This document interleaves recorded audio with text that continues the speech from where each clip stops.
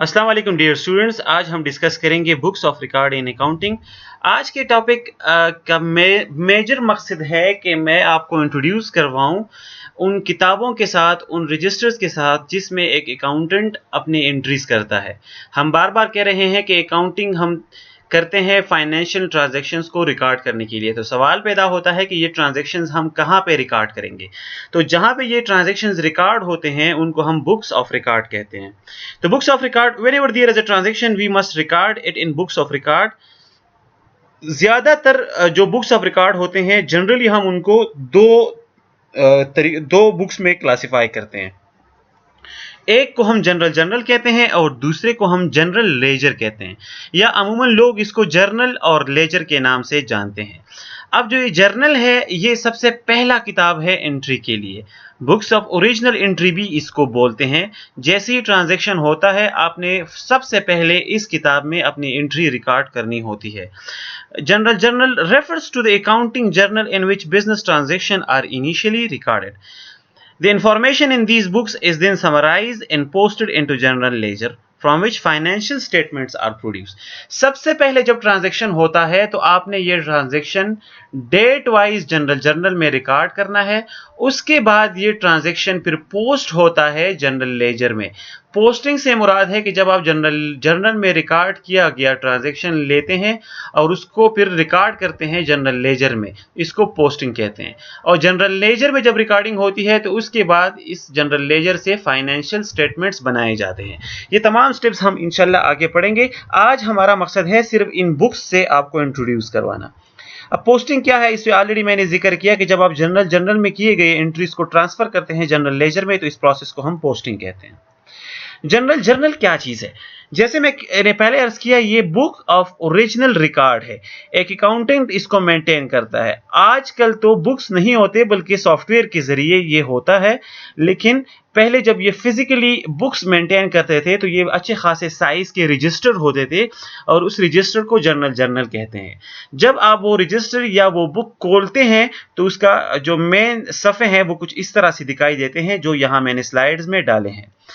The source documents of this prime entry book are journal voucher, copy of management reports and invoices.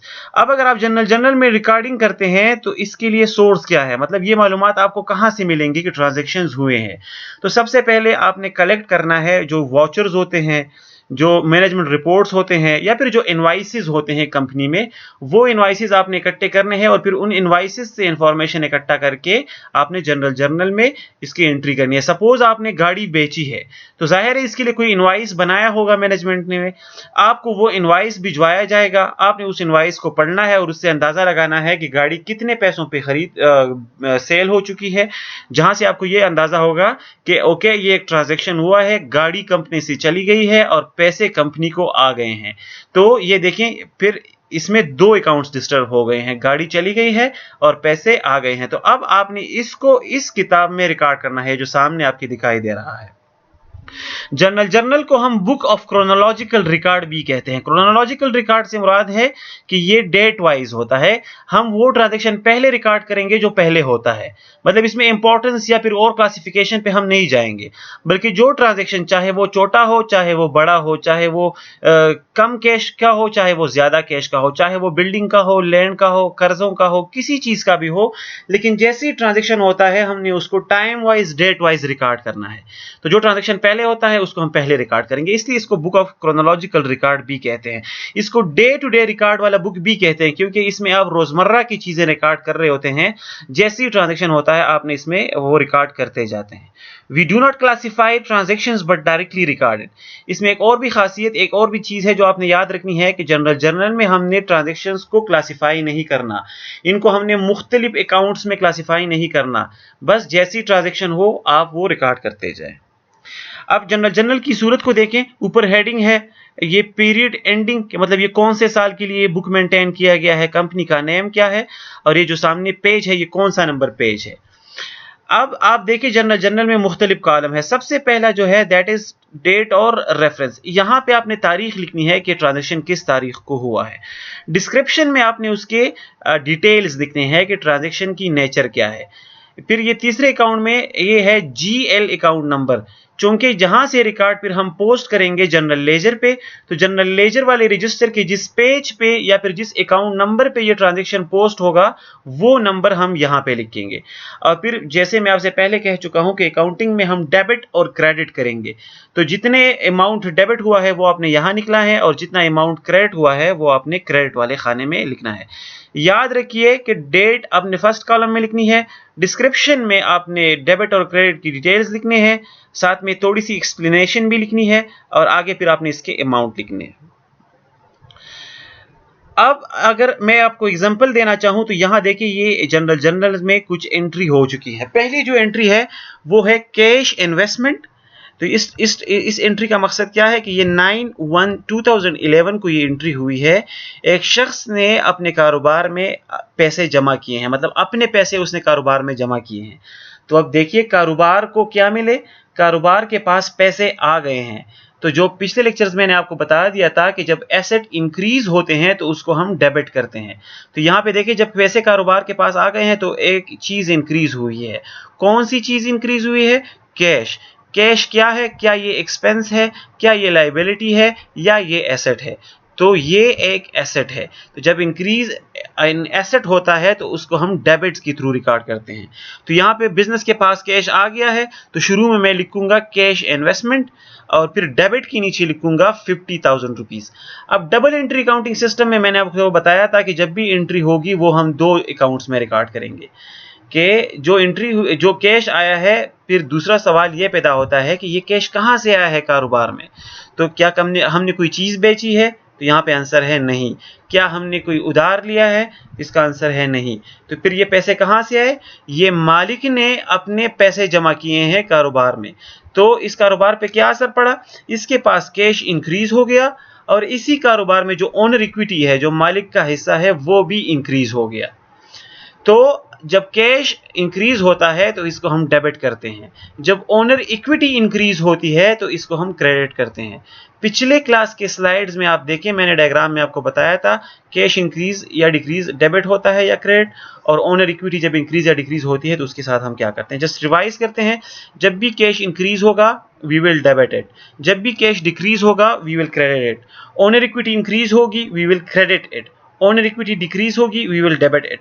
इस entry में owner equity increase हुई है और cash भी increase हुआ है, तो कैश को हम डेबिट करते हैं और साथ में ओनर इक्विटी को क्रेडिट। तो यहाँ पे आप देखें लिखने का तरीकाकार क्या होगा, जो डेबिट होता है वो आपने इस लाइन के करीब लिखना है, फिर जो नीचे क्रेडिट होता है वो आपने बिल्कुल इसके साथ नहीं लिखना, बल्कि इससे थोड़ा सा फासला रखना है, राइट तरफ मूव होना है और थोड़ा 1 इंच 2 इंच फासले में आपने ये लिखना है ताकि पढ़ने वाले को समझ आए कि यहाँ पे कैश इन्वेस्टमेंट डेबिट है और नीचे जो फासले से लिखा गया है मेलोडीज कैपिटल इन्वेस्टमेंट ये क्रेडिट है, ये ओनर इक्विटी है। यहाँ पे आप ओनर इक्विटी भी लिख सकते हैं बजाय मेलोडी कैपिटल इन्वेस्टमेंट की।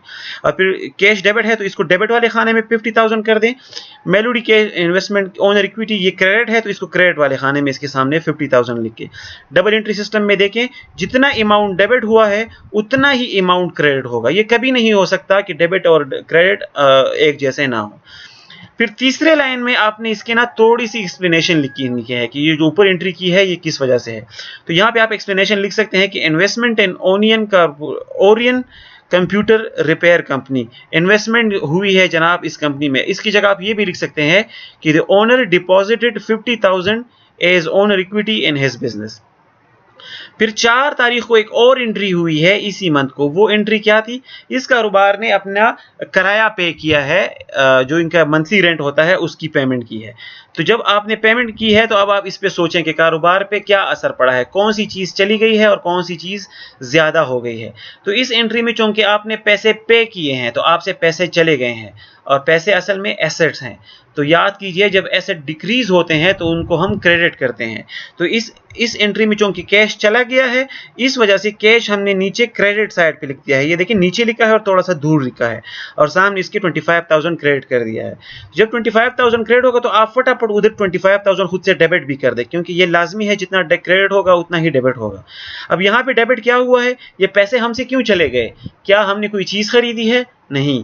क्या हमने किसी का कर्जा पे किया है? नहीं। क्या हम पे कोई खर्चा आया है? यस। कौन सा खर्चा आया है? रेंट एक्सपेंस, जो किराए का खर्चा है वो हम पे आया है। वो डायग्राम आप दोबारा देखें, वहां पे मैंने लिखा था कि जब एक्सपेंसेस इंक्रीज होंगे तो उनको हम डेबिट करेंगे। तो रेंट एक्सपेंस यहाँ पे इंक्रीज हो चुका है, इसलिए इसको हमने 25,000 पे डेबिट कर दिया है। इस तरह ये मुख्तलिफ एग्जाम्पल नीचे दिए गए हैं, इनको आप पढ़ें। इंशाल्लाह वक्त के साथ साथ मैं आपको ये डिस्कस करता जाऊंगा। आज इसका सिर्फ आपको जनरल व्यू बताना था कि जनरल लेजर क्या चीज़ है और इसमें एंट्रीज कैसी होती हैं। जो दूसरा बुक ऑफ रिकॉर्ड है that is general ledger. General ledger क्या चीज है जनाब? After recording transaction in journal it must be posted to general ledger. Each account is a unique record summarising each type of asset, liability, equity, revenue and expenses. अब general में हम chronologically record कर रहे थे date wise, लेकिन general ledger में हम chronologically या डेट वाइज रिकॉर्ड नहीं करेंगे, बल्कि जनरल लेजर में हम हर एक एसेट या लायबिलिटी या ओनर इक्विटी के लिए अलग अकाउंट बनाएंगे और उस अकाउंट में हम रिकॉर्ड रखेंगे। जैसे कि आप यहां देख सकते हैं, जनरल लेजर को हम दो तरीकों से मेंटेन कर सकते हैं। एक को हम कहते हैं रनिंग बैलेंस अकाउंट, और ये जो दूसरा यहां पे आपको दिखाई दे रहा है इसको हम टी अकाउंट कहते हैं। यहां पे ये टाइपो है, मैं इसको ठीक करता चलूं। This is T account.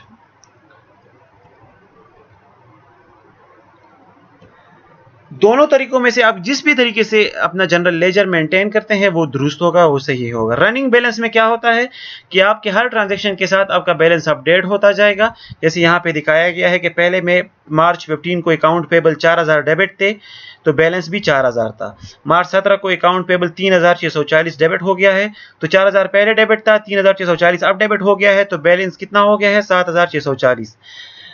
और सितंबर 14 को 430 रुपया क्रेडिट हो चुका है, तो अब ये दोबारा कम करें इसको, तो 7640 से 430 माइनस करें तो अब बैलेंस कितना है? 7210। तो इस तरह के अकाउंट कीपिंग को हम रनिंग बैलेंस ऑफ अकाउंट कहते हैं। टी काउंट कैसे होता है? जैसे ही आप कोई ट्रांजैक्शन करते हैं जनरल लेजर में, आपने उसके लिए फटाफट एक टी बना लेनी है।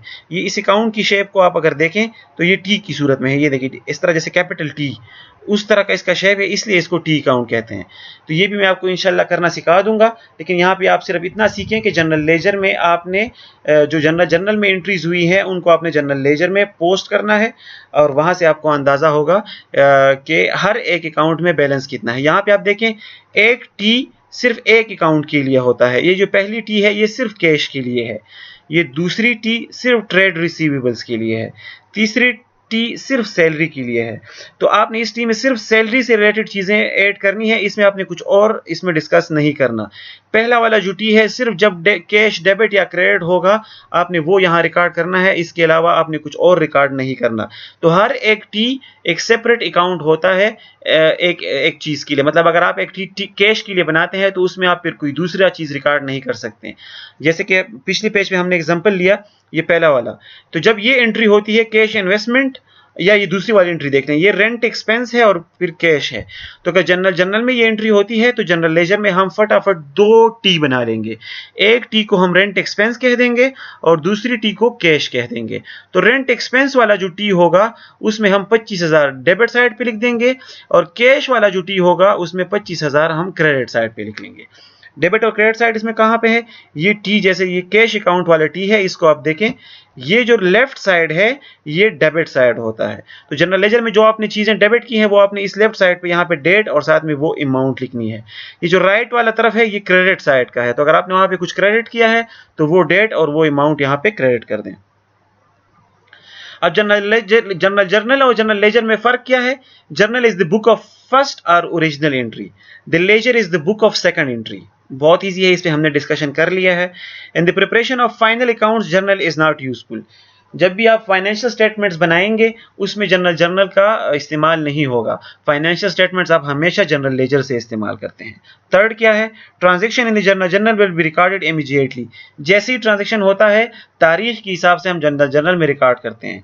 जनरल लेजर में हम तारीख के हिसाब से रिकॉर्ड नहीं करते, बल्कि हर एक अकाउंट का अपना टी होता है, आपने उसी टी को ढूंढ के उसमें रिकॉर्ड करना है। सपोज बिल्डिंग का जो टी है वो आपने पेज नंबर 90 पे बनाया है, तो जैसे ही बिल्डिंग की कोई एंट्री होती है तो आपने 90 पेज पे जाके वहां पे रिकॉर्ड करना है। वो आप पहले दूसरे पेज पे नहीं कर सकते, जहां पे उसका टी अकाउंट है वहीं पे करना है। जर्नल में not reveal whether one customer is a debtor और क्रेडिटर। जर्नल में आपको ज़्यादा डिटेल्स नहीं मिलते हैं, जैसे कि सपोज एक कस्टमर है तो वो डेबिटर है या क्रेडिटर है, लेकिन जनरल लेजर में आपको इंफॉर्मेशन ज़्यादा मिलते हैं। सब्सिडरी लेजर क्या है? अब कुछ ऐसे अकाउंट्स होते हैं जिनमें अंदर छुपे हुए माइनर डिटेल्स बहुत ज़रूरी होते हैं और ज़्यादा होते हैं, तो जो आप टी बनाते हैं उससे हमें फिर अंदाज़ा नहीं होता। सपोज आप एक टी बनाते हैं इन्वेंट्री के लिए, इन्वेंट्री से मुराद है वो सामान जो आप बना के बेचते हैं, तो अगर वो इंक्रीज होता है तो उसको आप डेबिट साइड पे लिखेंगे, डिक्रीज होता है तो क्रेडिट साइड पे लिखेंगे। लेकिन अगर अब मैं आपसे पूछूं कि ये डेबिट इन्वेंट्री जो डिक्रीज हुई है, ये क्यों डिक्रीज हुई है? शायद सेल की वजह से डिक्रीज हुई होगी या आपने सेल की है, तो फिर अगर मैं ये पूछूं कि कौन से कस्टमर को सेल की है, इन्वेंट्री में कौन कौन सी चीजें गए हैं, सपोज 1 लाख रुपए की इन्वेंट्री चली गई है, तो इसमें कौन कौन सी चीजें, सपोज हमारे पास दुकान है उसमें तो हम मुख्तलिफ चीजें हमारे पास होंगी, तो इन 1 लाख रुपए में कौन कौन सी चीजें हमसे चले गए हैं, तो ये टी काउंट वो नहीं बताएगा। टी काउंट सिर्फ ये बताएगा कि 1 लाख की इन्वेंट्री चली गई है, इसकी डिटेल्स हमें टी काउंट से नहीं मिलेंगे। तो इस तरह के अकाउंट जैसे कि ये इन्वेंट्री है जिसमें हमें ज़्यादा इंफॉर्मेशन चाहिए होते हैं, उनके लिए हम फिर साइड वाइज एक और लेजर मेंटेन करते हैं और उसको सब्सिडरी लेजर कहते हैं। सब्सिडरी लेजर जो किताब है, ये फिर पूरा किताब एक अकाउंट के लिए होता है। सपोज जो ये इन्वेंट्री का अकाउंट है जनरल लेजर में, इसको हम कंट्रोलिंग अकाउंट कहते हैं। इस कंट्रोलिंग अकाउंट के लिए फिर आगे हम एक पूरा रजिस्टर रखते हैं जिसको हम सब्सिडरी लेजर फॉर इन्वेंट्री कहते हैं। उस लेजर में फिर सब्सिडरी लेजर में फिर आप सिर्फ इन्वेंट्री से रिलेटेड चीजें रिकॉर्ड करेंगे, उनमें किसी और चीज का अकाउंट नहीं होगा। थैंक यू सो मच, आज के लिए इतना।